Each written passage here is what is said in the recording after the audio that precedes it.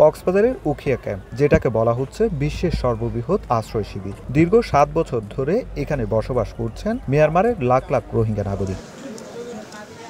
প্রত্যাবাসন প্রক্রিয়া যতই দীর্ঘ হচ্ছে ততই বাড়ছে রোহিঙ্গার সংখ্যা। একই সঙ্গে ক্যাম্পে বাড়ছে অপরাধমূলক কর্মকাণ্ড। প্রতিদিনই কোনো না কোনো ক্যাম্পে ঘটছে হত্যা, অপহরণ, সংঘর্ষ ও গোলাগুলি। এতে স্থানীয়দের পাশাপাশি আতঙ্কে থাকেন রোহিঙ্গারাও।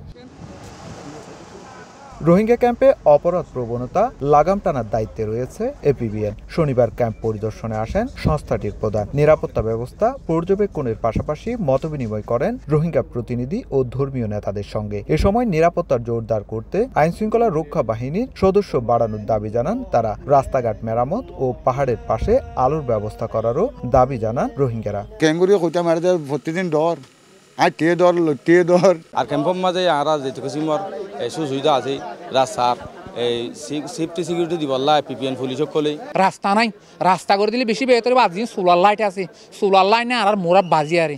নগদের কাছে সব গ্রাহকই প্রিয়, তাই তো সারা দেশে ক্যাশ আউট চার্জ সবচেয়ে কম।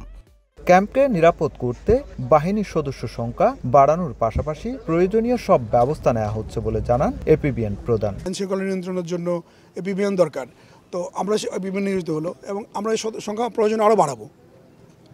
কারণ আমাদের মূল লক্ষ্য হলো যে এখানে শান্তি শৃঙ্খলা বজায় রাখা। উখিয়া ও টেকনাফের 32টি ক্যাম্পে বসবাস করছে 12 লাখের বেশি রোহিঙ্গা নাগরিক। তাদের নিরাপত্তায় নিয়োজিত এপিবিএনের 3টি ব্যাটালিয়ন। সুজাউদ্দিন রুবেল, সময় সংবাদ, কক্সবাজার।